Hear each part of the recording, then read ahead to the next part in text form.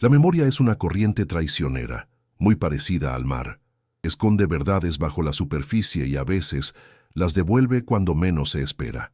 El 12 de octubre de 1984, el día comenzó como tantos otros en la costa de Maine.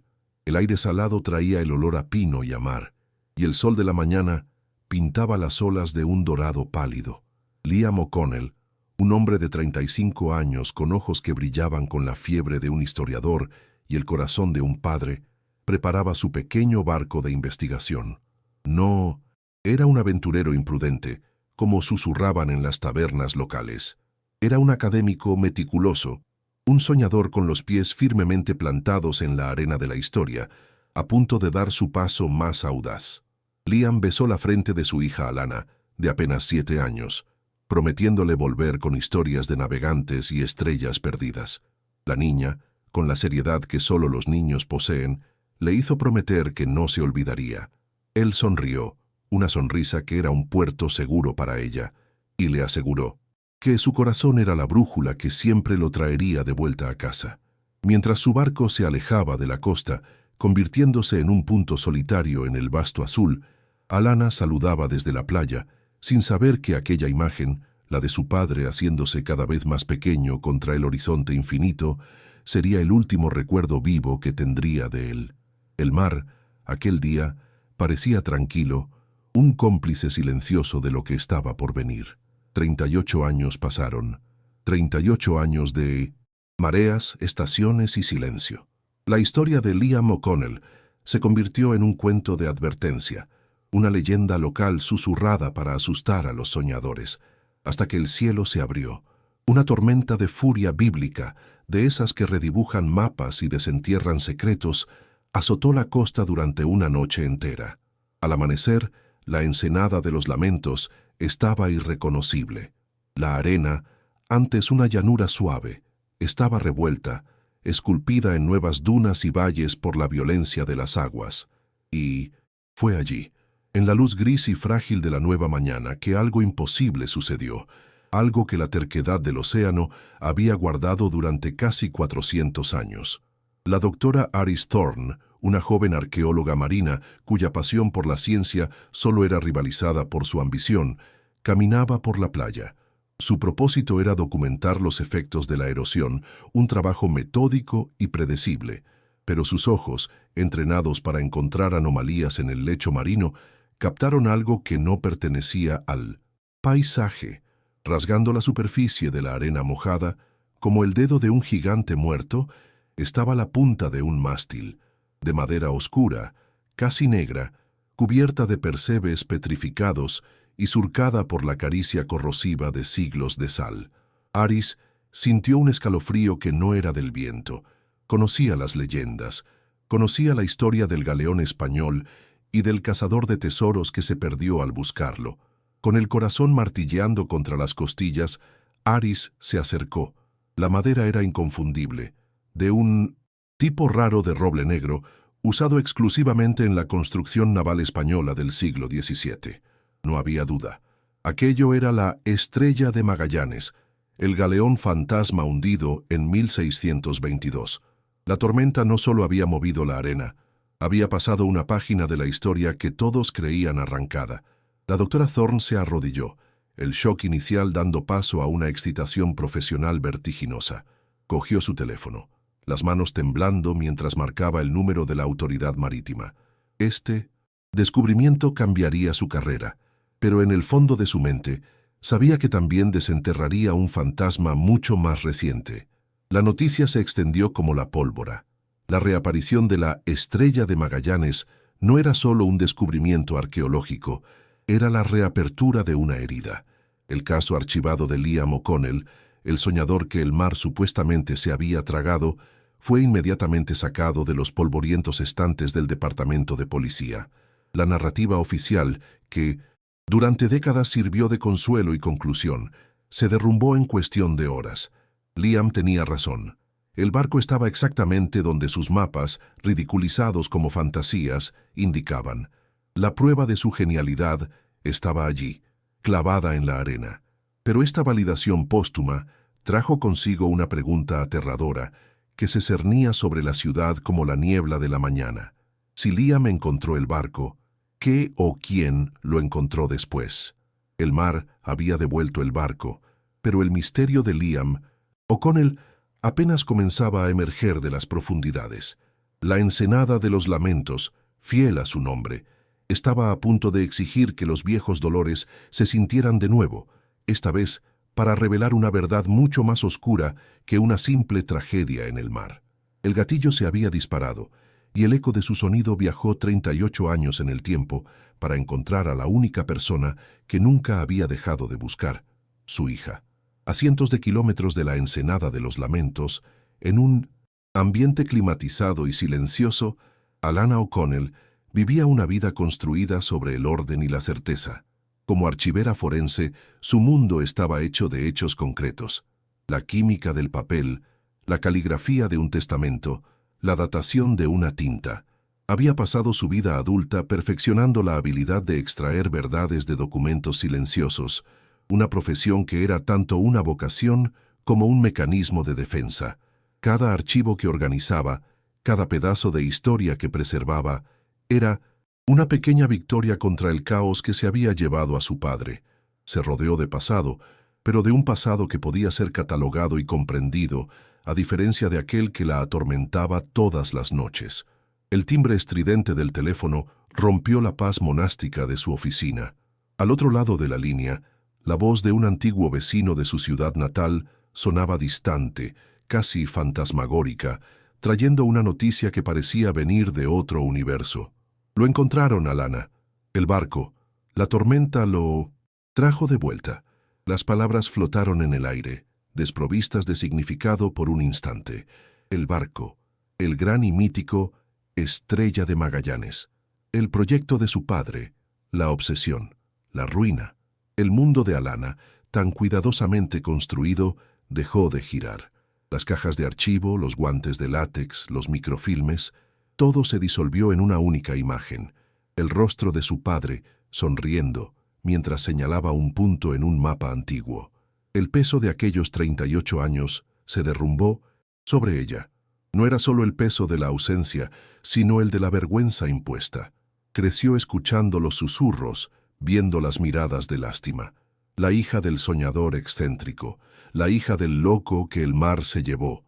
Defendió la memoria de su padre con la ferocidad de una niña, pero con el tiempo, la duda, como el agua salada, comenzó a corroer sus certezas. Quizás tenían razón, quizás él solo había sido un tonto, persiguiendo una fantasía hasta el final. Esa incertidumbre era una herida abierta, un abismo en su alma que había intentado llenar con lógica y hechos, pero que nunca cicatrizó de verdad. Pero ahora, una única frase por teléfono lo había cambiado todo. El descubrimiento del barco no era solo la confirmación de una teoría histórica, era la validación de una vida. El nombre de su padre, manchado por décadas de escepticismo, estaba a punto de ser limpiado. Una llama, que ella pensaba que se había extinguido hacía mucho tiempo, se reavivó en su pecho, feroz y brillante. La esperanza.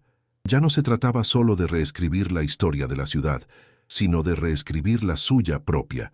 La motivación que la había impulsado durante toda su carrera ahora tenía un foco, un destino. Necesitaba saber la verdad, no solo para honrar su memoria, sino para finalmente entender por qué nunca volvió a casa, como había prometido. Alana llegó a la ensenada de los lamentos al día siguiente. El lugar bullía de una actividad que contrastaba con sus recuerdos de infancia, de una playa desierta, tiendas del equipo de arqueología, vehículos de los medios y la cinta amarilla de la policía creaban una escena surrealista alrededor del casco parcialmente expuesto del galeón. La madera oscura del barco, con sus costillas gigantescas emergiendo de la arena, parecía el esqueleto de una criatura prehistórica. Fue allí donde conoció a la doctora Aris Thorne, la mujer cuya caminata matutina había reescrito el destino de todos. Aris, al ver la expresión en el rostro de Alana, sintió una conexión inmediata, la unión de dos mujeres ligadas a un mismo misterio, separadas por generaciones de historia. La doctora Thorne la llevó hasta el lugar exacto del descubrimiento. «Estaba justo aquí», dijo, señalando una cavidad en la estructura interna del barco. Parecía haber sido colocado allí a propósito, protegido del agua. Al escuchar la descripción, Alana sintió un escalofrío. Sacó de su bolso un pequeño cuaderno de notas, las páginas amarillentas por el tiempo. Era el diario de investigación de su padre. En la última página, una cita de un poema que leían juntos, aparentemente sin sentido. Donde la sexta costilla se encuentra con el corazón del Leviatán, la verdad espera en su lecho de metal. Para el mundo, eran delirios poéticos. Para Alana era un mapa, una cifra de amor y confianza entre padre e hija. De pie junto al naufragio, con la brisa salada azotando su cabello, Alana descifró el mensaje de su padre. La sexta costilla, el corazón del Leviatán, la coordenada. Enigmática, apuntaba precisamente al compartimento secreto donde se encontró el cilindro. Fue un momento de comunión profunda, una conversación a través del abismo de casi 4 décadas. Su padre no solo había encontrado el barco, se había preparado. Sabía que estaba en peligro y dejó atrás un rastro que solo ella podía seguir. Su genialidad no estaba solo en sus cálculos históricos, sino en su fe inquebrantable en su hija. Aquel era el primer paso de Liam para guiarla hasta la verdad. Con extremo cuidado, bajo la atenta mirada de Alana, el equipo de Aris abrió el cilindro de metal sellado con cera. La expectación era palpable. Dentro, envuelto en cuero aceitado para protegerlo de la humedad, no estaba el diario del navegante que todos esperaban. La decepción inicial de Alana fue rápidamente reemplazada por una nueva ola de intriga. Lo que había allí era un mapa, dibujado en cuero fino, que detallaba las concesiones de tierras originales de la región, fechadas en el siglo XVII. Era un documento histórico de valor incalculable, pero fue la anotación en el margen, hecha con la caligrafía inconfundible de su padre, lo que le heló la sangre. La posesión es el fraude. La clave está en la fundación de la sociedad.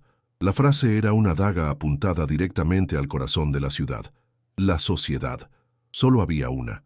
La Sociedad Histórica de Maine, la institución que supuestamente preservaba el pasado de la región, y su presidente, su patrón, su pilar más inquebrantable, era un hombre cuyo nombre era sinónimo de caridad y respeto, Marcus Thorne, el mismo Marcus Thorne que había sido el mayor patrocinador de las investigaciones de Liam O'Connell, el benefactor que públicamente apoyaba el sueño del pobre O'Connell. De repente, la generosidad de Marcus adquirió un tono siniestro. La pista no conducía a un tesoro de oro, sino a un hombre, y Alana supo, con una certeza visceral, que estaba a punto de enfrentarse a un poder mucho más peligroso que las corrientes traicioneras de la Ensenada. El edificio de la Sociedad Histórica era una fortaleza de granito y caoba, un monumento al poder de las familias fundadoras de la ciudad. El despacho de Marcus Thorne era su santuario, con paredes forradas de libros encuadernados en cuero y retratos al óleo de sus antepasados. Alana sintió el peso de la historia y del poder al entrar. Marcus, ahora un hombre de 70 años con el pelo plateado y un aire de benevolencia cultivada, se levantó para recibirla. Su sonrisa era cálida, sus ojos expresaban una simpatía ensayada. Alana, querida, qué tragedia y qué milagro, todo al mismo tiempo. Tu padre era un visionario, siempre creí en él. Las palabras eran perfectas, pero sonaron huecas en el silencio opresivo de la sala. Alana mantuvo la compostura, su formación forense al servicio de una actuación de su propia cosecha. Ya no era la hija de luto, sino una investigadora en busca de hechos. Presentó el mapa, explicando su descubrimiento y la curiosa anotación de su padre.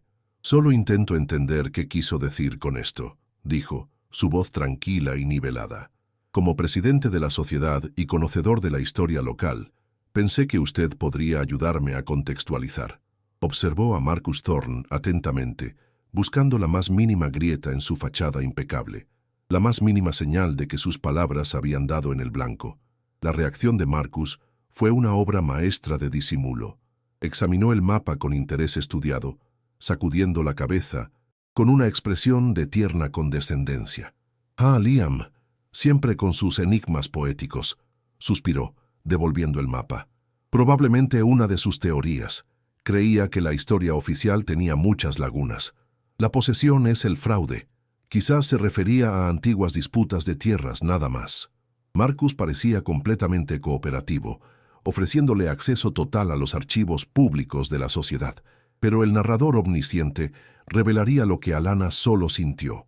El pulso de Marcus se aceleró por una fracción de segundo. Sus dedos escondidos bajo la mesa se clavaron en el cuero de su silla. Hablaba de Liam con una familiaridad cariñosa que era obscena. Su padre era un hombre brillante, pero su pasión a veces lo llevaba a ver conspiraciones donde no las había. Esa obsesión con el diario lo consumió. Era una táctica sutil y cruel, reafirmar la vieja narrativa del soñador inestable, minando la credibilidad de la evidencia y, por extensión, la de Alanna.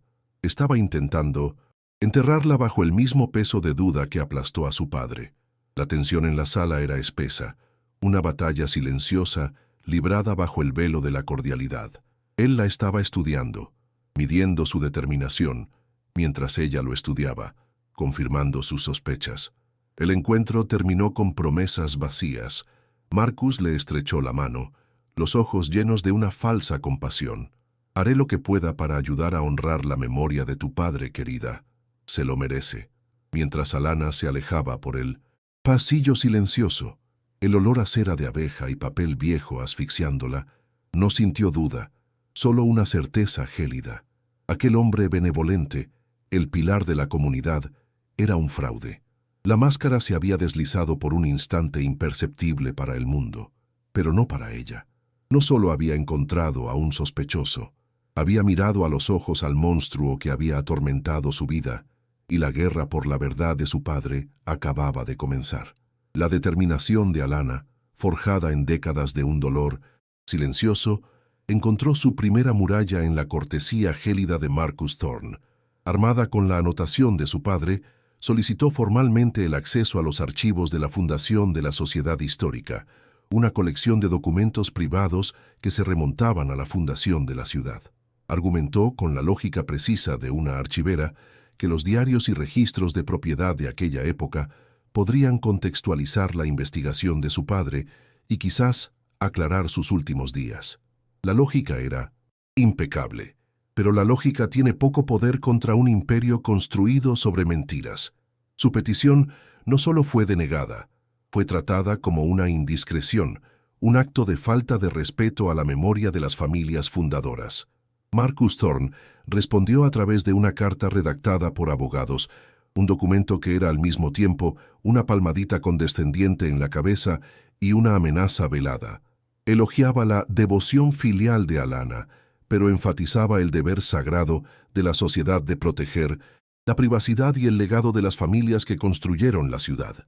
El acceso a los archivos privados, decía la carta, sería una violación de la confianza. Se estaba posicionando como el guardián de la historia, el protector de la decencia, cuando en realidad era el carcelero de un secreto putrefacto. Alanna leyó las palabras y sintió el verdadero significado detrás de ellas. «Aléjate. No tienes poder aquí. Esta historia no es tuya para desenterrar». La frustración comenzó a corroer el borde de su esperanza recién descubierta. Estaba en un laberinto diseñado por su adversario, donde cada pasillo conducía a una puerta cerrada por él. Sentía la influencia de Marcus en todas partes, una presencia invisible, pero asfixiante. Era como luchar contra la propia ciudad. Los archivos del ayuntamiento, que debían ser públicos, exigían nuevos formularios y largos períodos de espera. Las personas a las que contactaba, antiguos conocidos de su padre, de repente tenían mala memoria o simplemente no devolvían sus llamadas. El poder de Marcus Thorne no residía solo en su riqueza, sino en la red de obligaciones, favores y miedo que había tejido a lo largo de 50 años. Su siguiente parada fue el departamento de policía local. Se encontró con el jefe Brody, un hombre cuya carrera entera había sido financiada, directa o indirectamente, por la generosidad de la familia Thorne. El despacho del jefe era un santuario para Marcus. Fotos de ellos en eventos de caridad, placas de agradecimiento, de Thorne Fisheries, un trofeo de golf patrocinado por Thorne. Alana expuso su caso con claridad, conectando el descubrimiento del barco, la pista de su padre y el bloqueo sospechoso de Marcus al acceso a los archivos. No estaba pidiendo que le creyeran ciegamente, estaba pidiendo que investigaran una obstrucción clara a una reapertura de caso. El jefe Brody escuchó con una paciencia paternalista que la enfureció.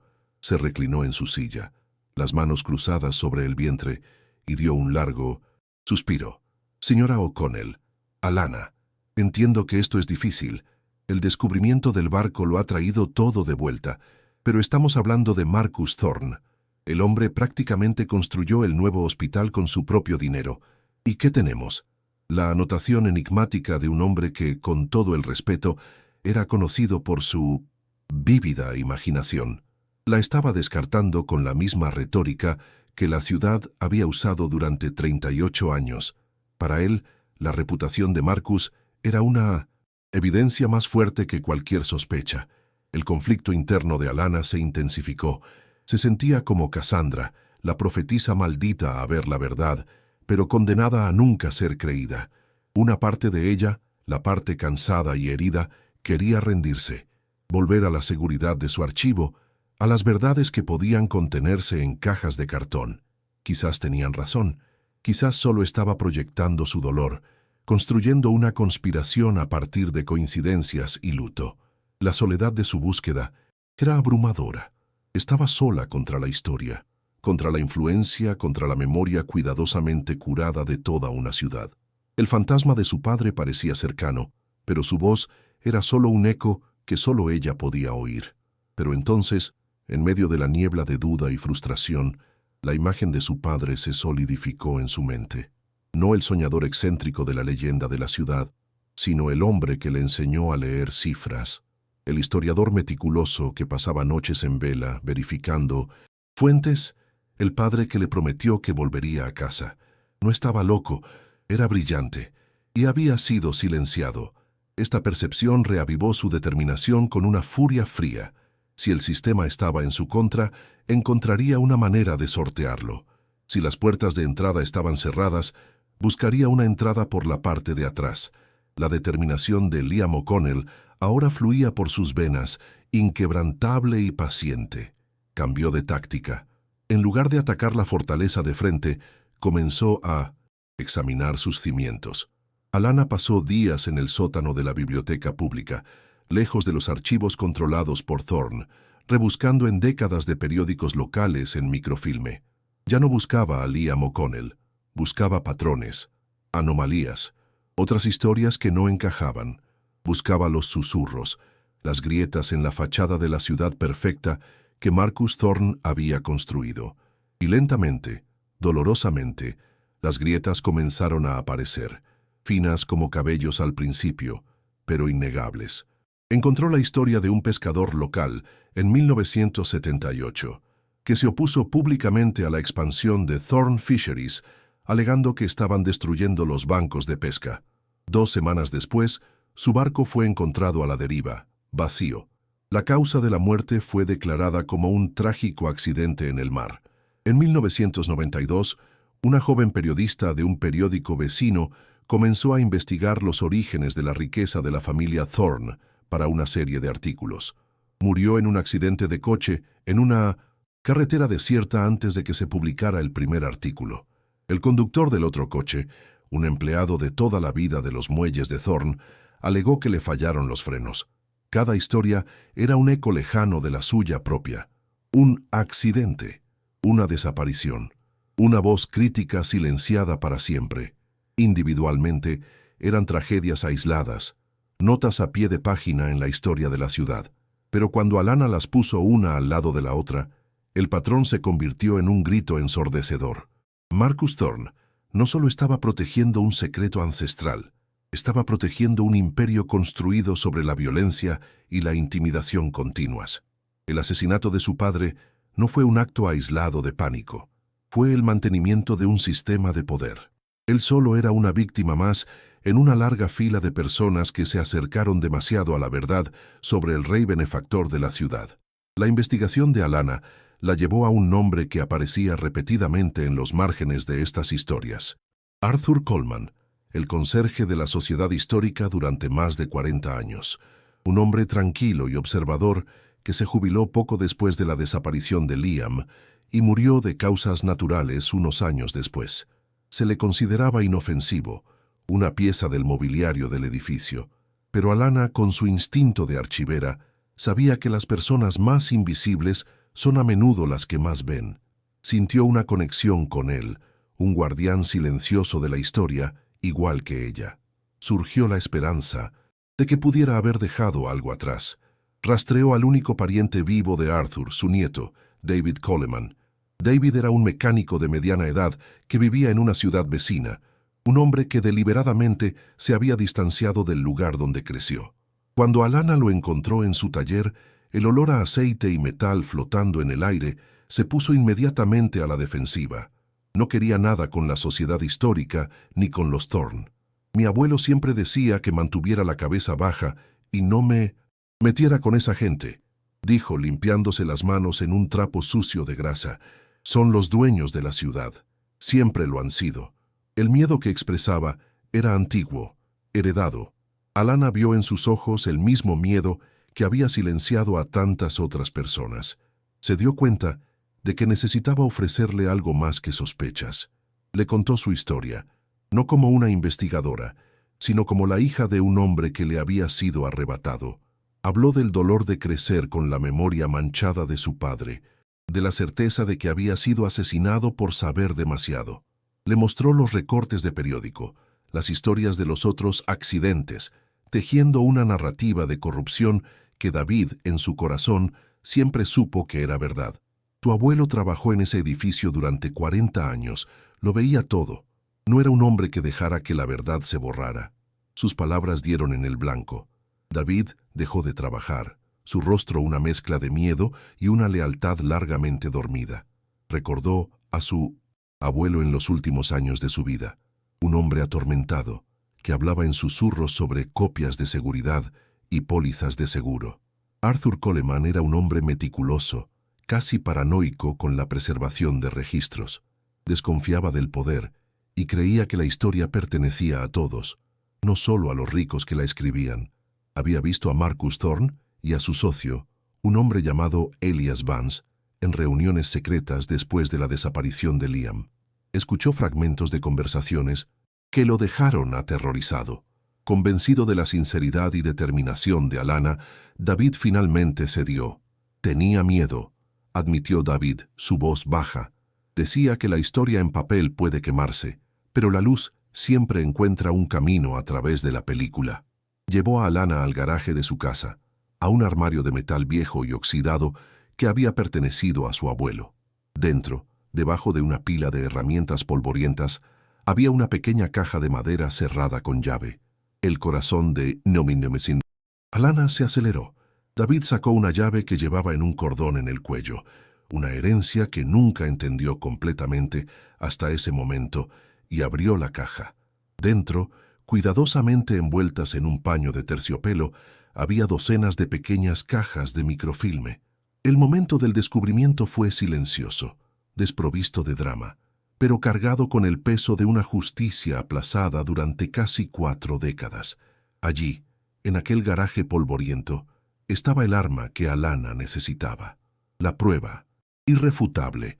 No era un diario antiguo ni una grabación de audio, sino algo mucho más sistemático y condenatorio. Era el archivo secreto de un hombre que sabía que estaba rodeado de lobos y decidió, silenciosamente, documentar sus crímenes. La esperanza, que antes era una llama parpadeante, ahora se transformaba en una certeza incandescente. Ya no estaba cazando un fantasma. Estaba a punto de exponer a un monstruo y toda su red de secretos. Alana llevó la caja a un motel anónimo, lejos de miradas curiosas. Alquiló un antiguo lector de microfilmes de una universidad cercana, sintiendo el peso de la responsabilidad a cada paso. El montaje del equipo fue un ritual. El zumbido bajo de la máquina, la luz fría proyectada en la pantalla, el clic de la película avanzando fotograma a fotograma. Era su mundo, su oficio, ahora al servicio de la misión más importante de su vida. Insertó el primer rollo y giró la manivela. Imágenes temblorosas ganaron foco, y el aliento de Alana quedó atrapado en su garganta. Ante sus ojos estaba la primera página del verdadero Diario del Navegante.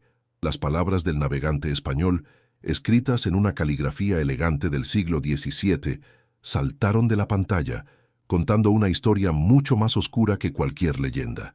No describió solo la tormenta que hundió la Estrella de Magallanes, sino lo que sucedió después. La tripulación superviviente, herida y exhausta, fue recibida en la costa por un hombre local, un pirata llamado Silas Thorne, antepasado directo de Marcus.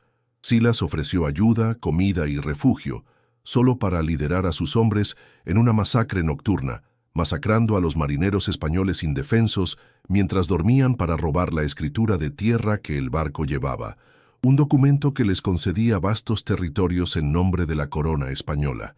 Alana sintió un nudo en el estómago. La fortuna de la familia Thorne, el pilar sobre el que se construyó toda la ciudad, no se fundó en el trabajo duro ni en la visión empresarial, sino en una masacre a sangre fría y en la apropiación de tierras. La posesión era, de hecho, el mayor de los fraudes. Su padre no solo estaba buscando un artefacto histórico, había descubierto el pecado original de la ciudad, la mentira fundamental que sostenía todo el imperio de Marcus Thorne. La razón de su asesinato ahora era clara como el cristal. No murió por un diario. Murió porque amenazaba con deslegitimar siglos de poder y riqueza. Continuó avanzando por los microfilmes, el corazón apesadumbrado por la magnitud de la revelación. Arthur Coleman no solo había copiado el diario, lo había documentado todo. Había escrituras falsificadas, testamentos alterados, informes policiales de accidentes con anotaciones sospechosas en los márgenes. Era un dossier meticuloso de la criminalidad de la familia Thorne a lo largo de generaciones, un testamento silencioso del coraje de un hombre común. Y entonces Alana llegó al último rollo de película, el último fotograma, y lo que vio hizo que el mundo se detuviera. No era un documento antiguo, era una hoja de papel con membrete de la Sociedad Histórica, fechada el 2 de noviembre de 1984, 3 semanas después de la desaparición de Liam. Era una confesión, mecanografiada y firmada. La firma no era de Marcus, sino de su socio de toda la vida, Elias Vance. Con detalles fríos y burocráticos, Vance describió la noche del asesinato. Él y Marcus se enfrentaron a Liam en su barco, exigiéndole el diario que sabían que había encontrado. Liam se negó. Marcus, en un acceso de furia, lo golpeó con un remo. Lo vieron caer al agua oscura y fría, y luego simplemente se fueron, dejándolo al mar. La confesión era la póliza de seguro de Vance contra Marcus, un documento de destrucción mutua garantizada que Arthur Coleman de alguna manera había logrado copiar. Era la prueba definitiva. La voz de su padre, el porqué de que nunca hubiera vuelto a casa, estaba todo allí, en blanco y negro. El punto de inflexión había llegado. La esperanza ya no era necesaria. La fe ya no era necesaria. Todo lo que quedaba era la certeza gélida y afilada de una cuchilla. Alana apagó el lector de microfilmes, el zumbido de la máquina, dando paso a un silencio profundo y rotundo. Ahora tenía la verdad en sus manos y estaba a punto de usarla para quemar el imperio de Marcus Thorne hasta los cimientos. El peso de su búsqueda se transformó. Ya no era un viaje personal de luto y validación. Se había convertido en una cruzada por todas las víctimas silenciadas, por todas las verdades enterradas bajo el nombre de Thorne.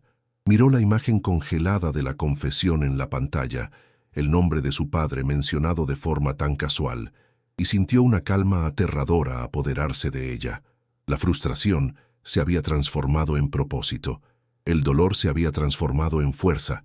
El enfrentamiento ya no era una posibilidad, era una inevitabilidad, y sabía exactamente dónde y cuándo se revelaría la verdad, en el escenario que Marcus Thorne había construido para celebrar su propio legado fraudulento.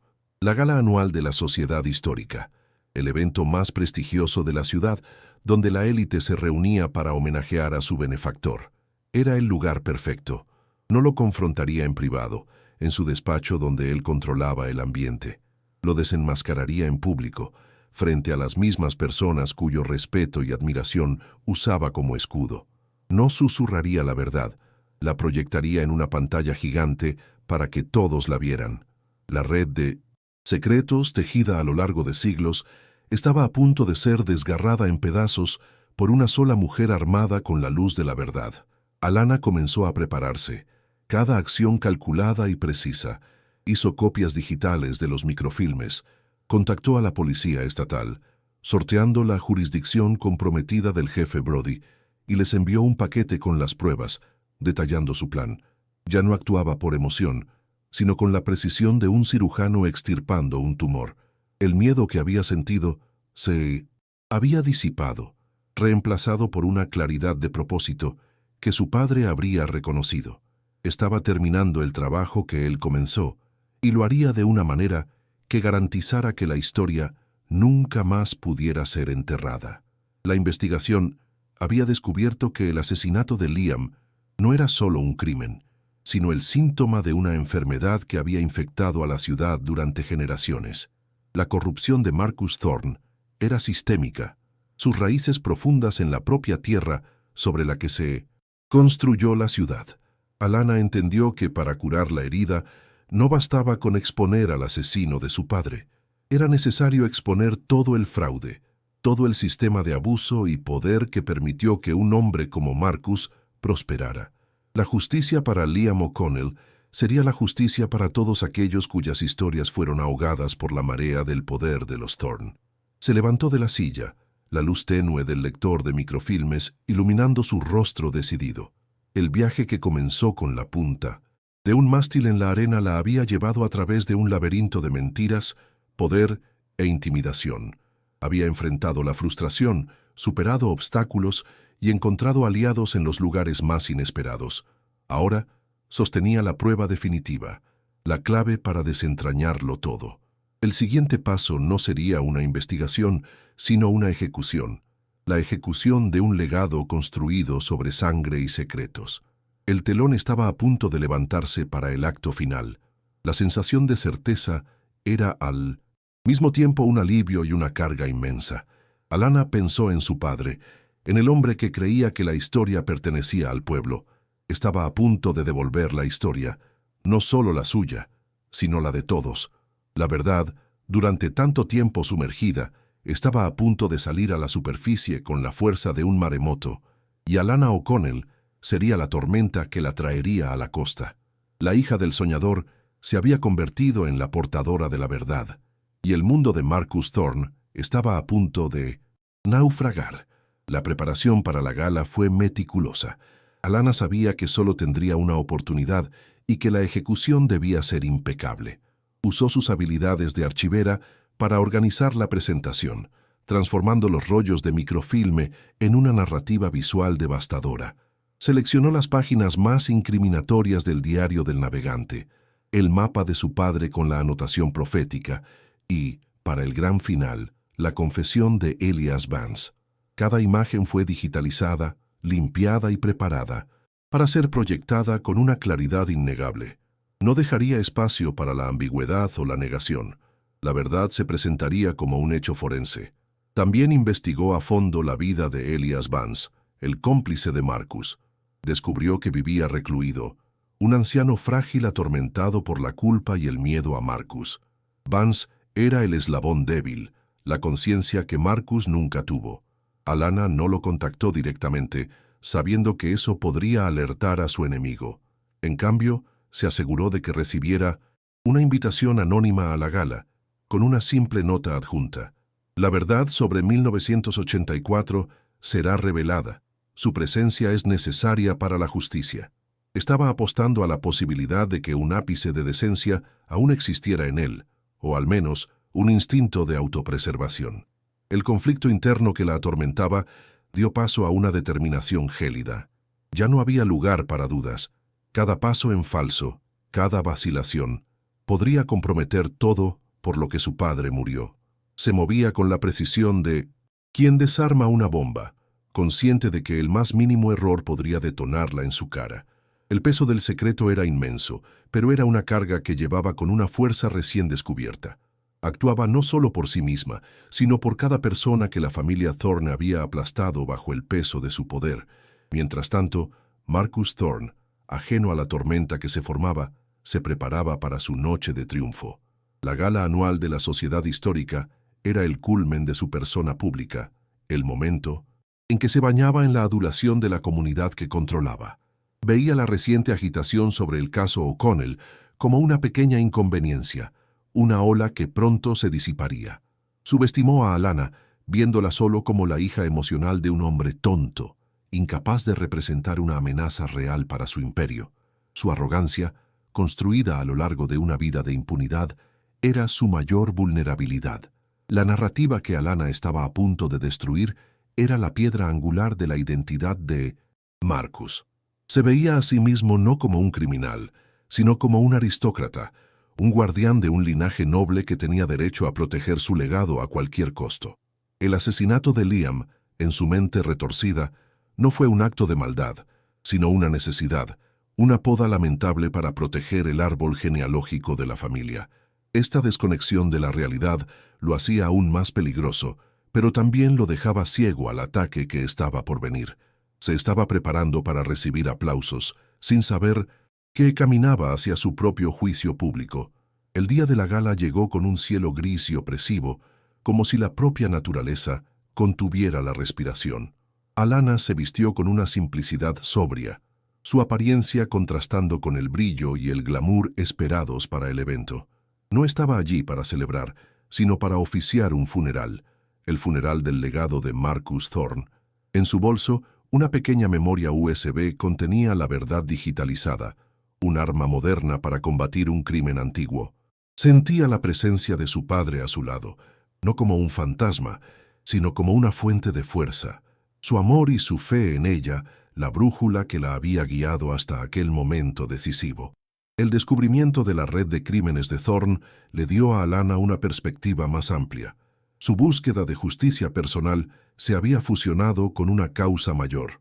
No solo estaba vengando a su padre, estaba liberando a toda una ciudad de una mentira que la mantenía cautiva. La Fundación O'Connell, que ya había comenzado a idealizar, sería la prueba de que la verdad, una vez revelada, podía generar una fuerza positiva duradera, transformando el dolor en progreso. Este pensamiento la sostenía mientras caminaba hacia el salón de baile, lista para enfrentarse al dragón en su guarida. La introducción de personajes secundarios, como David Coleman, fue crucial. Representaban a las otras víctimas silenciosas del régimen de Thorne, las personas comunes cuyas vidas se vieron afectadas por el miedo y la corrupción. La decisión de David de ayudar a Alanna no fue solo un punto de inflexión en la trama, fue un acto de rebelión, la primera grieta en la presa de silencio que Marcus había construido. La justicia que Alanna buscaba era también para ellos, para el abuelo de David y para todos los demás que no pudieron hablar. La prueba del microfilme fue la pieza central perfecta para la revelación. Era irrefutable, visual e histórica. En un mundo de narrativas y versiones de la verdad, el microfilme representaba un hecho frío e inmutable. Era el tipo de prueba que su padre, el historiador, habría apreciado. La ironía era palpable. La tecnología de preservación de registros de la sociedad histórica, controlada por Marcus, se convertiría en la herramienta de su destrucción, gracias a un conserje vigilante que entendió el verdadero propósito de un archivo. El momento que precedió a la entrada de Alanna en la gala fue de extrema tensión. Se sentó en su coche, al otro lado de la calle, observando a los invitados llegar con sus trajes de fiesta, riendo y saludándose, completamente ajenos al drama que estaba a punto de desarrollarse. Para ellos, Marcus Thorne era un héroe. En una hora sería expuesto como un monstruo. Alanna respiró hondo, concentrándose en su misión. La hija del soñador estaba a punto de despertar a todos a una pesadilla que era la verdad. La construcción de la escena del descubrimiento de la prueba fue diseñada para ser un crescendo de emoción. Comenzó con la validación histórica del trabajo de su padre, la revelación de la masacre ancestral. Eso por sí solo ya habría sido una bomba.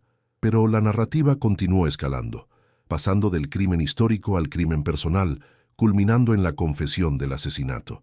Esta estructura garantizó que el impacto emocional en Alana y en el público creciera exponencialmente, transformando la certeza en un llamado a la acción inmediata y devastadora. La esperanza ya no era suficiente. La justicia era la única opción. Y la frustración inicial de Alana sirvió para resaltar la magnitud del poder de Marcus. Al mostrar las puertas cerrándosele en la cara, la narrativa estableció las altas apuestas y la naturaleza aparentemente imposible de su misión. Esto hizo que su eventual victoria no solo fuera satisfactoria, sino heroica. No ganó porque tuvo suerte. Ganó porque fue más inteligente, más resiliente y más decidida que el hombre que tenía todas las ventajas. Su determinación inquebrantable, nacida del amor por su padre, demostró ser una fuerza más poderosa que todo el dinero y la influencia de Thorn. La red de secretos no se limitaba al asesinato. Al conectar el crimen con otros accidentes, la historia elevó a Marcus de un asesino a un jefe de una organización criminal que operaba bajo el disfraz de la filantropía. Esto hizo que el clímax fuera aún más impactante, ya que la caída de Marcus significaría el colapso de todo un sistema corrupto. La justicia para Liam sería un catalizador para un cambio profundo en la comunidad, exponiendo la podredumbre que existía bajo la superficie pulida de la ciudad. El personaje de Arthur Coleman, aunque fallecido, se convirtió en un héroe póstumo. Su previsión y coraje silencioso fueron la clave que Alana necesitaba. Representaba la resistencia silenciosa, la prueba de que incluso en un ambiente de opresión, un individuo puede marcar la diferencia. Su caja de microfilmes era un legado de verdad, pasado de una generación a otra, esperando a la persona adecuada para usarla. Alana se convirtió en la heredera no solo de la búsqueda de su padre, sino también de la vigilancia de Arthur. La decisión de Alana de sortear a la policía local e ir a la policía estatal fue un movimiento estratégico crucial. Mostró su inteligencia y su negativa a jugar un juego que estaba amañado en su contra. Entendió que para derrocar a un rey era necesario traer un ejército de fuera del reino. Esto también preparó el terreno para la escena de la captura, garantizando que cuando la verdad fuera revelada, las fuerzas de la justicia estarían listas para actuar, sin la interferencia de los leales a Thorn.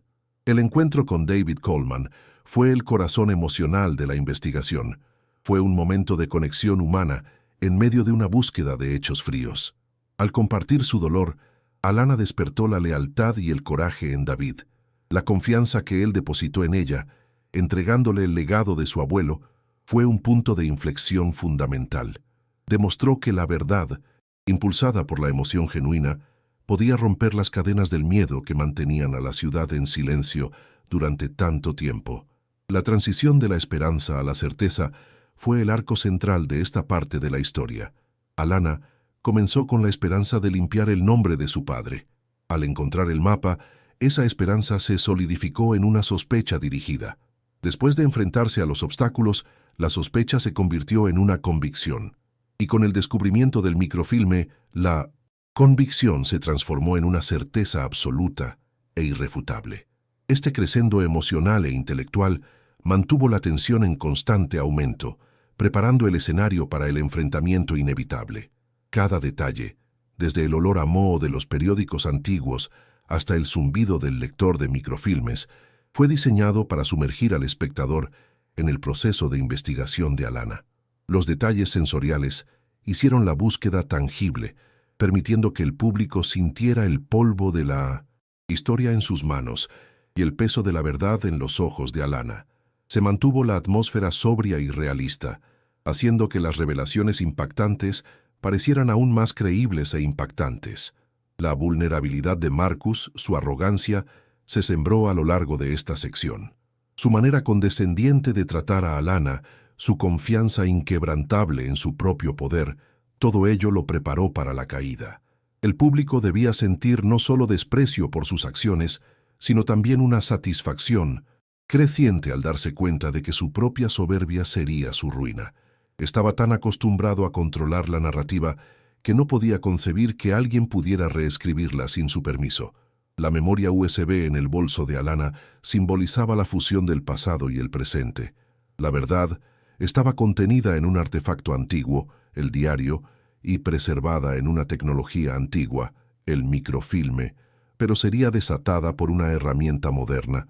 Esto representaba a la propia Alana, una mujer moderna que usaba habilidades forenses contemporáneas para resolver un crimen histórico y personal.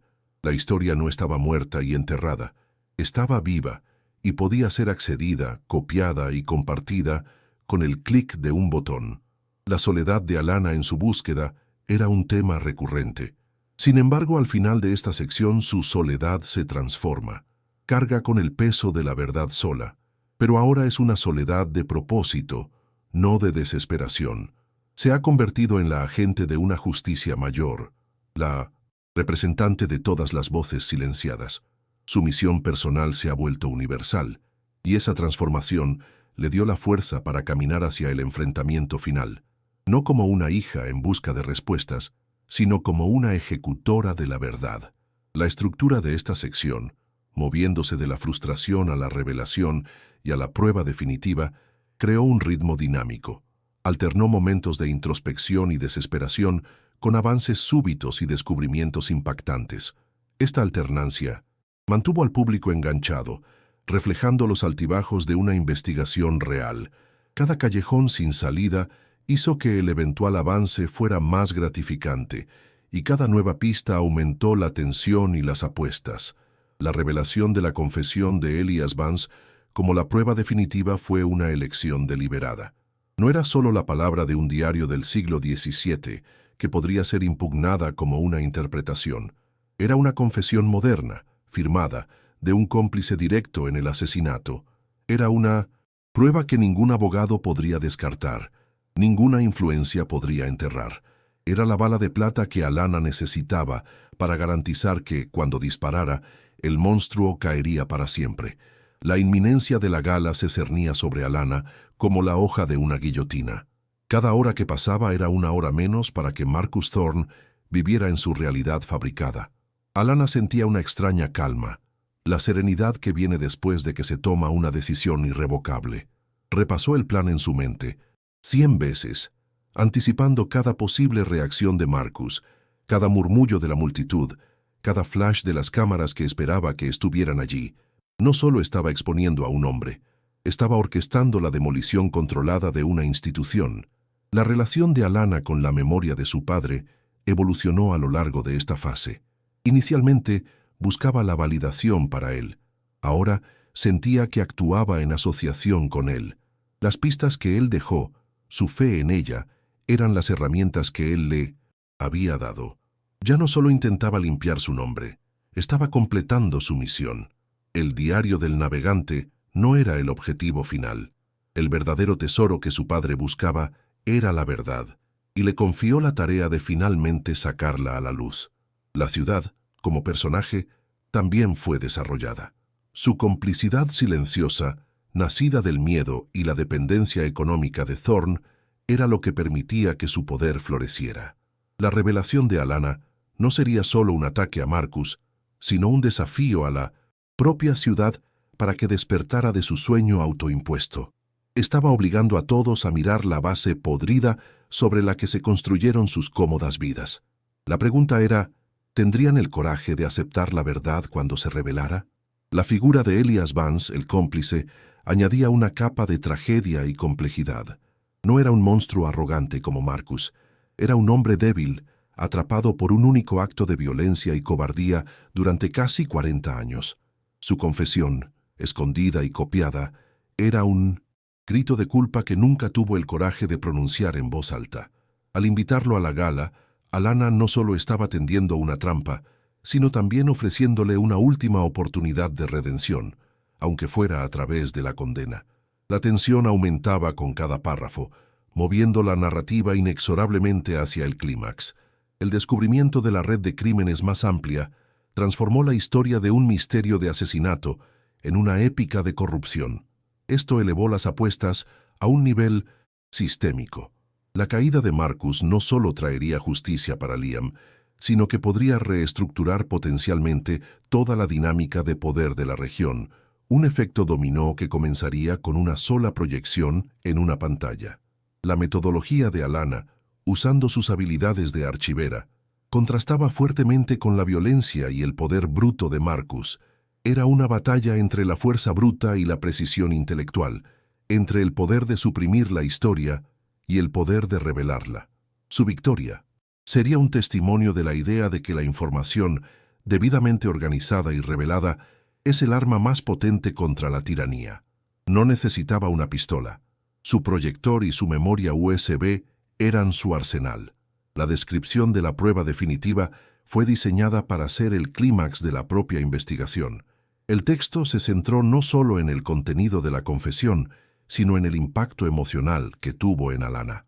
El momento en que lee las palabras que describen el asesinato de su padre es el corazón de esta sección. Es el momento en que la búsqueda abstracta de la verdad se convierte en una confrontación visceral con la brutalidad del crimen. A partir de ese punto, no hay vuelta atrás. El papel del narrador omnisciente fue fundamental para construir la tensión. Al revelar los pensamientos internos de Alana, el miedo de David y la arrogancia ciega de Marcus, el narrador creó un rico tapiz de perspectivas. El público sabía más que cualquier personaje individual, lo que les permitía anticipar el enfrentamiento con una mezcla de pavor y emoción. Sabían que la confianza de Marcus era una ilusión y esperaban ansiosamente el momento en que esa ilusión se hiciera añicos. La narrativa evitó los clichés de investigación. No hubo persecuciones en coche ni tiroteos. La batalla se libró en archivos, en conversaciones tensas y en el análisis silencioso de documentos antiguos. Esto mantuvo el tono sobrio y realista, haciendo la historia más fundamentada y el suspense más psicológico. El peligro no era físico, al menos no abiertamente, sino existencial. El peligro de que la verdad fuera enterrada para siempre, de que el poder triunfara sobre la justicia. El legado de la familia Thorne, construido sobre una masacre, era una metáfora de verdades históricas más amplias que a menudo se suprimen para crear mitologías nacionales o locales convenientes. La búsqueda de Alana se convirtió en una microhistoria sobre la importancia de confrontar el pasado, por más feo que sea, para construir un futuro justo. Su padre entendió esto, y por eso el diario era tan peligroso para Marcus. No se trataba solo de tierras, se trataba de la propia identidad de la ciudad. El ritmo de esta larga sección fue cuidadosamente gestionado. Comenzó lento y frustrante, reflejando los sentimientos de Alana. Se aceleró con el descubrimiento de las otras víctimas, creando una sensación de urgencia y peligro creciente, y culminó en una serie de revelaciones rápidas e impactantes con el descubrimiento del microfilme. Esta aceleración gradual construyó el impulso hacia la confrontación, asegurando que el público estuviera completamente invertido y al borde de sus asientos cuando la parte 3 llegara a su fin. La transformación de Alana fue el hilo conductor de todo. Comenzó como una hija de luto, atormentada por la incertidumbre. A lo largo de esta sección, se transformó en una investigadora implacable, una estratega y, finalmente, en una agente de la justicia. Su viaje interno fue tan importante como la investigación externa. No solo encontró la verdad sobre su padre, encontró su propia fuerza, su propio propósito y reclamó su propia historia, saliendo de la sombra del legado de su padre para crear el suyo propio. La gala anual de la Sociedad Histórica era la cumbre del teatro social de la ciudad. El salón de baile, un santuario de terciopelo carmesí y arañas de cristal, estaba repleto de la élite local, todos vestidos con su mejor hipocresía.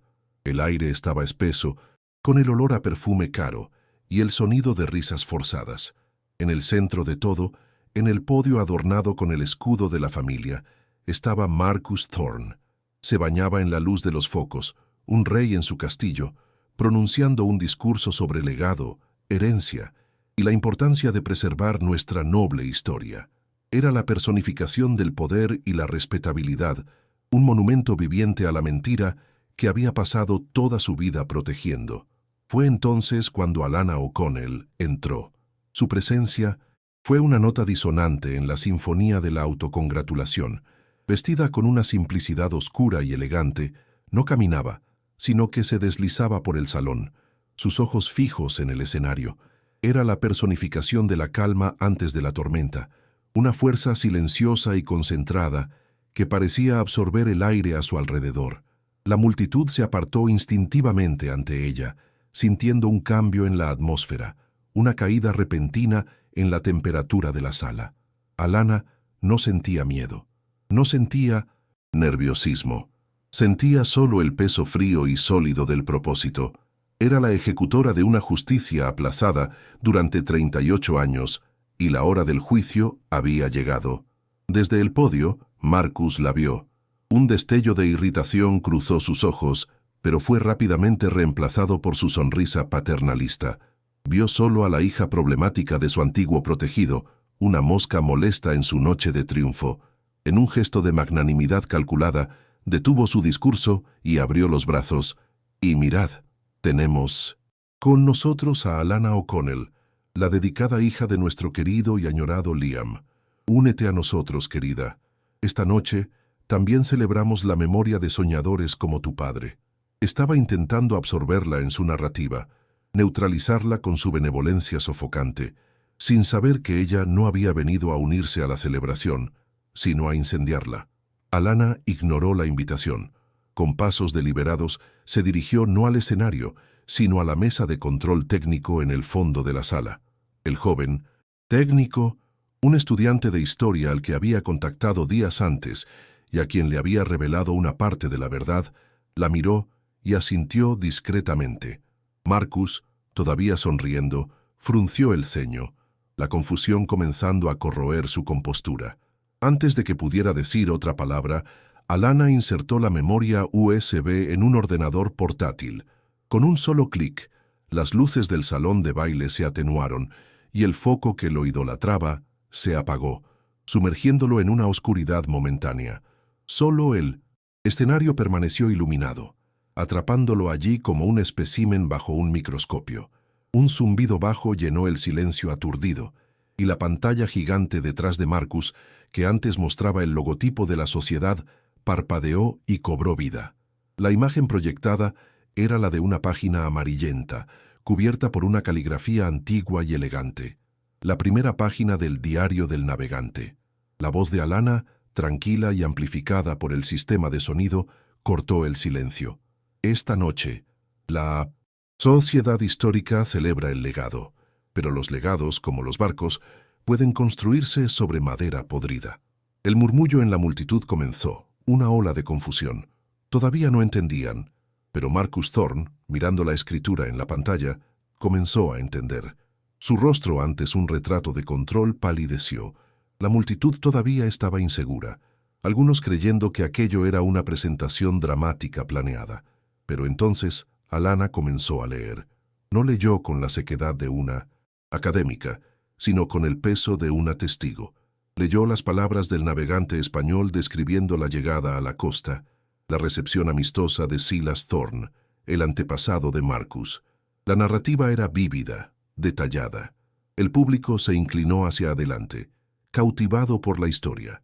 Marcus permaneció congelado, su sonrisa desaparecida, reemplazada por una máscara de furia mal contenida.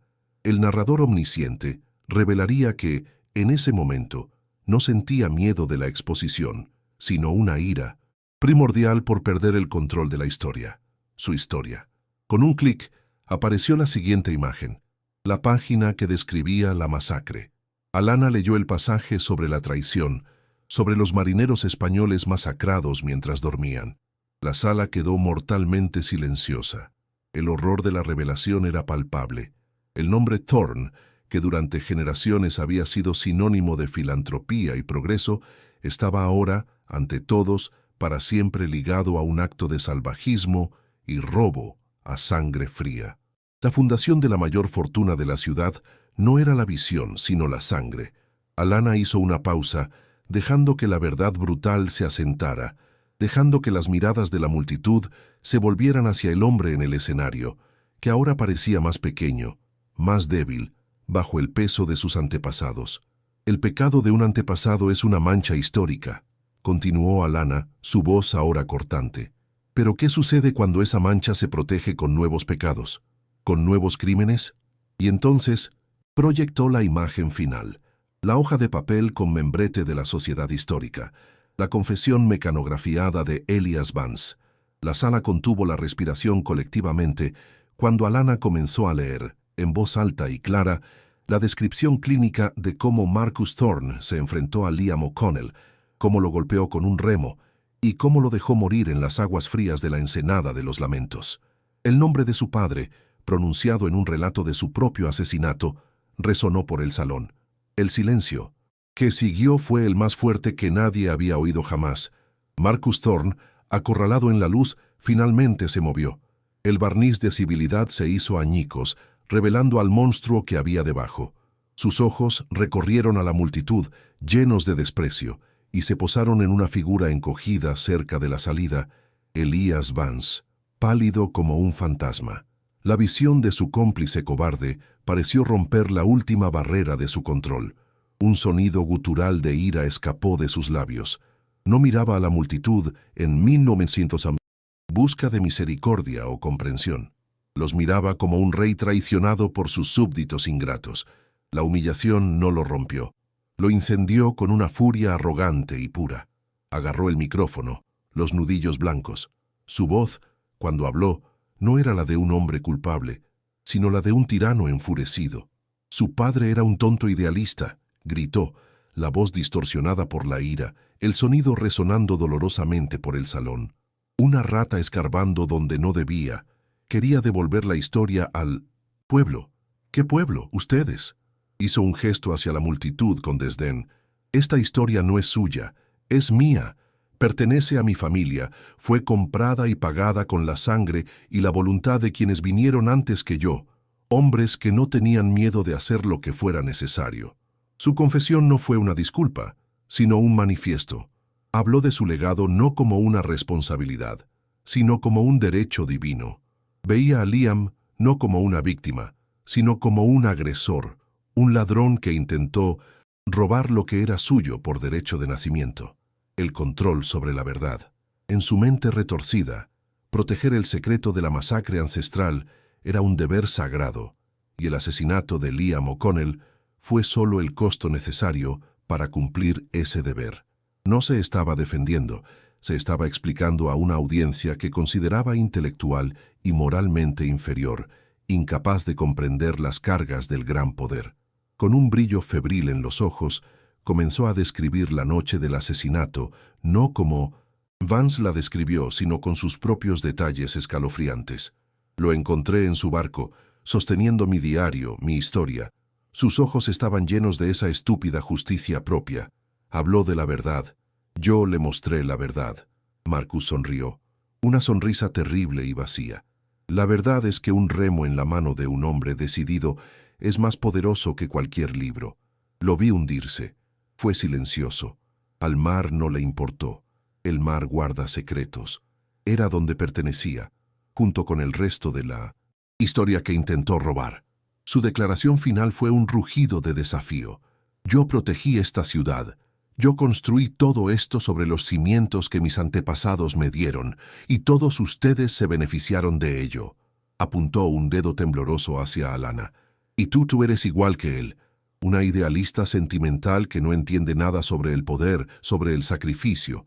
No limpiaste su nombre, solo demostraste que era demasiado débil para proteger lo que encontró. En ese momento, no era un filántropo ni un líder comunitario. Era la encarnación de siglos de impunidad. Un hombre que creía tan profundamente en su propia mentira que la verdad le parecía una herejía. La reacción de la multitud fue de horror paralizado. Las mismas personas que lo aplaudieron minutos antes, ahora lo miraban con una mezcla de miedo y repulsión. La disonancia cognitiva era abrumadora. El hombre al que veneraban, cuyo nombre adornaba hospitales y bibliotecas, era un asesino a sangre fría, y acababan de escucharlo confesar con un orgullo escalofriante. El hechizo se había roto. La ilusión colectiva que sostenía a la ciudad se había hecho añicos en 1.000.000 de pedazos. Y el silencio en el salón Era el sonido de un mundo entero desmoronándose. Fue en ese momento de silencio ensordecedor que las grandes puertas del salón de baile se abrieron con un estruendo. Figuras con uniformes tácticos de la policía estatal invadieron el lugar, sus armas en posición baja, sus movimientos eficientes y decididos. La opulencia del salón de baile colisionó violentamente con la realidad austera de la ley.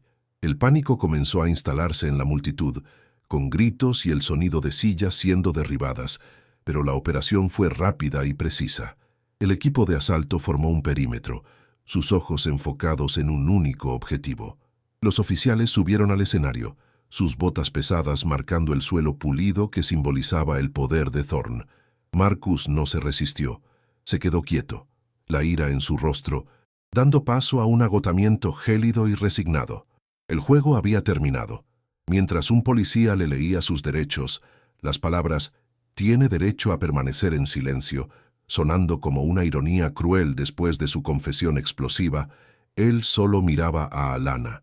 En su mirada no había remordimiento, solo un odio frío y eterno. Había sido derrotado, pero no se arrepentía. Al mismo tiempo, al otro lado del salón, otro equipo de policías se acercó a Elias Vance. El anciano frágil no esperó a que llegaran hasta él. Al ver los uniformes, soltó un gemido y se derrumbó en el suelo, su cuerpo temblando con sollozos que eran una mezcla de alivio y terror. Fue levantado con gentileza, pero con firmeza, y esposado. El arresto de Vance fue el epílogo patético de una vida de culpa, un contraste flagrante con la captura desafiante de su amo. Los dos hombres, ligados por un crimen cometido hace casi 40 años, fueron sacados, sus salidas marcando el fin de una era. Desde el escenario, Alanna observó la escena desarrollarse. La memoria USB, la pequeña llave que abrió este infierno de verdad, todavía estaba en su mano. El caos giraba a su alrededor, pero en su centro sentía una quietud profunda. No era la euforia de la victoria, no era la alegría de la venganza, era algo más profundo y mucho más significativo, una sensación de alivio tan abrumadora que casi la derribó. Era el sonido del silencio después de una tormenta de décadas. La justicia, por fin, había comenzado. El peso, insoportable que había cargado toda su vida, el peso de la incertidumbre, de la vergüenza y del dolor, finalmente comenzó a disiparse. El juicio de Marcus Thorne y Elias Vance no fue solo un proceso legal, fue una autopsia pública del alma de la ciudad. El opulento salón de baile fue reemplazado por la solemnidad austera de un tribunal, pero el teatro continuaba. La comunidad, antes unida en la adoración a un falso ídolo, ahora estaba fracturada, obligada a confrontar décadas de complicidad ciega. El juicio se convirtió en un espejo, y la imagen que reflejaba era la de una ciudad que había cambiado su conciencia por la promesa de prosperidad, un pacto fáustico que ahora cobraba su precio. Cada día de testimonio era una nueva capa de podredumbre que se retiraba de la fachada pulida de la comunidad. Marcus Thorne, en el banquillo de los acusados, permaneció impenitente hasta el final. No mostraba remordimiento, solo un profundo y amargo desprecio por el proceso que se atrevía a juzgarlo. Su defensa no se basó en la negación, sino en una arrogante justificación. Se pintó a sí mismo como un guardián incomprendido, un hombre fuerte obligado a tomar decisiones difíciles para proteger un legado que era demasiado grande para la moralidad de la gente común. Sus ojos, cada vez que se encontraban con los de Alanna, ardían con un odio que prometía durar más allá de cualquier sentencia. No era un prisionero del Estado. En su mente, era un rey exiliado por campesinos ingratos que no entendían las cargas de la corona. En contraste, el testimonio de Elias Vance fue el de un hombre completamente quebrado. Su confesión en el tribunal fue un susurro patético, la historia de una vida pasada a la sombra de un monstruo, demasiado aterrorizado para huir, demasiado culpable para encontrar la paz. Detalló el asesinato de Liam O'Connell no con la arrogancia de Marcus, sino con el peso insoportable de un recuerdo que lo había atormentado durante 38 años. Su frágil humanidad, su cobardía y su remordimiento tardío sirvieron para resaltar la sociopatía gélida de su socio. Vance no pedía perdón, pues sabía que no lo merecía. Parecía buscar solo el alivio del final. El momento más impactante del juicio, sin embargo, fue el testimonio de Alana. Subió al estrado no como una hija vengativa, sino como la archivera de la verdad. Con una calma que desmentía la tormenta de emociones que había debajo, presentó la línea de tiempo de su investigación, cada pieza de vino en síntese, evidencia, cada pista dejada por su padre. Habló del hombre que él era, un historiador apasionado, un padre amoroso que le enseñó a amar los rompecabezas. Su dolor era palpable, pero su presentación era forense. Al contar su historia, dio voz no solo a su padre, sino a todas las víctimas silenciadas por el imperio de Thorn. El veredicto, cuando llegó, no fue una sorpresa, pero aún así aterrizó con el peso de un martillo histórico. Culpables, todos los cargos: asesinato, conspiración, obstrucción a la justicia. Un suspiro colectivo recorrió el tribunal, una mezcla de conmoción, alivio y el comienzo de un ajuste de cuentas. Alana no lloró. Cerró los ojos, una única lágrima corriendo lentamente por su rostro. No era una lágrima de alegría, sino de liberación. El peso de casi 40 años, la carga de probar la verdad de su padre a un mundo escéptico, finalmente fue levantado de sus hombros. La justicia, durante tanto tiempo una abstracción, un sueño lejano, ahora era real. La sentencia fue la palabra final, el sello en un capítulo oscuro de la historia de la ciudad. El juez, mirando directamente a Marcus Thorn, habló no solo de la ley, sino de la traición a la confianza pública. Habló de cómo el poder, cuando no está controlado por la decencia, se convierte en una malignidad. Cadena perpetua, sin posibilidad de libertad condicional, para Marcus Thorn y Elias Vance. Las palabras resonaron en el silencio del tribunal, claras y severas. La justicia no solo se había hecho, se había proclamado de forma inequívoca, garantizando que el fantasma de Marcus Thorn nunca más atormentara los pasillos del poder en su ciudad. Después de que el circo mediático se disipara y los ecos del juicio se calmaran, Alana se encontró en un silencio desconocido. La búsqueda que había definido toda su vida adulta había terminado. Durante años, su dolor había sido agudo, enfocado, un motor que la impulsaba hacia adelante. Ahora, con la justicia alcanzada, el dolor cambió. Se volvió más suave, más difuso. El dolor de la ausencia pura, ya no mezclado con la ira de la injusticia. Tuvo que aprender a vivir no con la lucha, sino con el espacio vacío que la victoria había dejado atrás. Un espacio que ahora, finalmente, podría llenarse con el recuerdo, en lugar del misterio. Volvió a la ensenada de los lamentos. La playa, antes un lugar de trauma y pérdida, ahora parecía diferente. El esqueleto de la Estrella de Magallanes, ahora un sitio arqueológico protegido, era un monumento silencioso a la verdad. Caminó hasta la orilla del agua, las olas suaves lamiendo la arena, la misma agua que se había llevado a su padre y había guardado su secreto. El aire salado ya no traía el frío de la incertidumbre, sino una sensación de paz agridulce. Aquí, donde terminó la historia de su padre, sintió que su propia curación podría finalmente comenzar. Alana organizó un memorial. No fue un evento público, sino una reunión íntima en la playa al atardecer. Solo algunos amigos y los pocos lugareños que, en privado, siempre habían creído en Liam. No vestía de negro, sino con los colores del océano que su padre tanto amaba. No habló de su muerte, sino de su vida.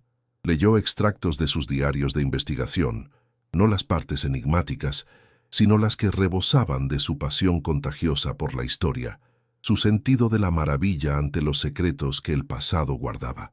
En un acto simbólico, trajo consigo una urna. No contenía cenizas, sino arena. Arena de la playa donde él le enseñó a buscar conchas. Arena del lugar donde se encontró su barco. Arena del corazón de la ensenada de los lamentos. Caminó hasta las olas y la derramó en el agua. Un gesto que reconocía que el mar, que había sido su enemigo durante tanto tiempo, era también su lugar de descanso final. Era una forma de devolver a Liam a la historia que tanto amaba, dejándolo formar parte del gran archivo del tiempo que era el océano. Mientras el sol se hundía bajo el horizonte, pintando el cielo con trazos de naranja y púrpura, Alana se quedó en la playa sintiendo el agua fría en sus pies. Por primera vez desde que era una niña de 7 años, pensó en su padre y no sintió un nudo de ira ni un abismo de preguntas. Sintió la tristeza de la pérdida, sí, pero era una tristeza limpia, pura. Finalmente podía llorar al padre que perdió, no al enigma en que se convirtió. La paz que la invadió no fue una ausencia de dolor, sino la presencia de la aceptación. Miró una última vez los restos del galeón, ahora siluetas contra el crepúsculo. El barco que causó tanto dolor ahora representaba la validación final. La búsqueda de su padre no había sido en vano. No era un loco persiguiendo un fantasma. Era un héroe que murió protegiendo la verdad. Y al sacar esa verdad a la luz, Alana no solo limpió su nombre, recuperó su propia historia, liberándose de la sombra de su desaparición. El cierre emocional no fue un final, sino un comienzo. El comienzo de recordar a Liam O'Connell no por cómo se fue, sino por todo lo que fue. 2 años después, la ciudad era un lugar transformado. Las heridas expuestas por el juicio de Marcus Thorne comenzaron a cicatrizar, dejando atrás un tejido cicatricial de conciencia colectiva. El imperio Thorne fue desmantelado, sus bienes confiscados y redirigidos a proyectos comunitarios. Surgió un nuevo liderazgo, elegido en base a la transparencia, no a la influencia. La ciudad, obligada a mirar su feo pasado, eligió construir un futuro más honesto. El cambio fue lento, a veces doloroso, pero era real. En el corazón de esta transformación había un nuevo hito. El antiguo e imponente edificio de la sociedad histórica, antes un símbolo del poder corrupto de Thorne, había sido renombrado y rededicado. Ahora, sobre sus puertas de granito, letras de bronce pulido deletreaban un nuevo nombre: Fundación O'Connell para la Verdad Histórica. Lo que antes era una fortaleza de secretos se convirtió en un faro de transparencia, un testimonio vivo del poder de la verdad sobre la tiranía. El legado de un hombre asesinado por buscar la historia ahora era la institución que la protegía. La fundación, financiada por una parte de los bienes recuperados de Thorne, tenía una misión simple y profunda: descubrir, preservar y compartir las historias no contadas de la región. Financiaba a investigadores independientes, digitalizaba archivos antes inaccesibles y creaba programas educativos que enseñaban a los niños a cuestionar las narrativas oficiales. La fundación garantizaba que la historia perteneciera a todos, no solo a aquellos con el poder de escribirla, asegurando que ningún otro secreto pudiera ser enterrado bajo el peso de la influencia durante tanto tiempo. Alana O'Connell era la fuerza motriz detrás de todo. Ya no era la archivera forense que vivía entre los fantasmas del pasado, sino una líder visionaria que construía un futuro. Encontró su verdadero propósito, no en la resolución de un único misterio, sino en la creación de un sistema que evitaría que futuros misterios echaran raíces. Transformó la tragedia personal en una fuerza permanente para el bien público, un legado de esperanza nacido del dolor. Verla caminar por los pasillos, orientando a jóvenes historiadores, era ver la resiliencia en su forma más pura. Desde su despacho, que antes pertenecía a Marcus Thorne, Alana tenía una vista clara de la ensenada de los lamentos a lo lejos. Era un recordatorio diario de dónde empezó todo y hasta dónde habían llegado. El barco, la pista, el asesinato, todo ello se había fundido en una única y poderosa narrativa de que la búsqueda de un individuo por la verdad puede, de hecho, cambiar el mundo, o al menos una pequeña parte de él. El legado de su padre ya no estaba en el fondo del mar, sino vivo y respirando en el trabajo de la fundación que llevaba su nombre. La historia de Liam O'Connell, el soñador que el mar se llevó, fue finalmente reescrita. Ya no era un cuento de advertencia, sino una historia de inspiración. La memoria, como el mar, a veces devuelve lo que se ha perdido, no para atormentarnos, sino para curarnos. La justicia puede ser aplazada, las verdades pueden ser sumergidas, pero la resiliencia del espíritu humano, la necesidad de saber y la fuerza del amor de una hija por su padre son corrientes más fuertes que cualquier marea de engaño. Y al final, el mayor descubrimiento de todos no fue un barco naufragado, sino la verdad duradera de que el legado más valioso no es lo que poseemos, sino la verdad que nos atrevemos a defender. Gracias por haber visto esta historia.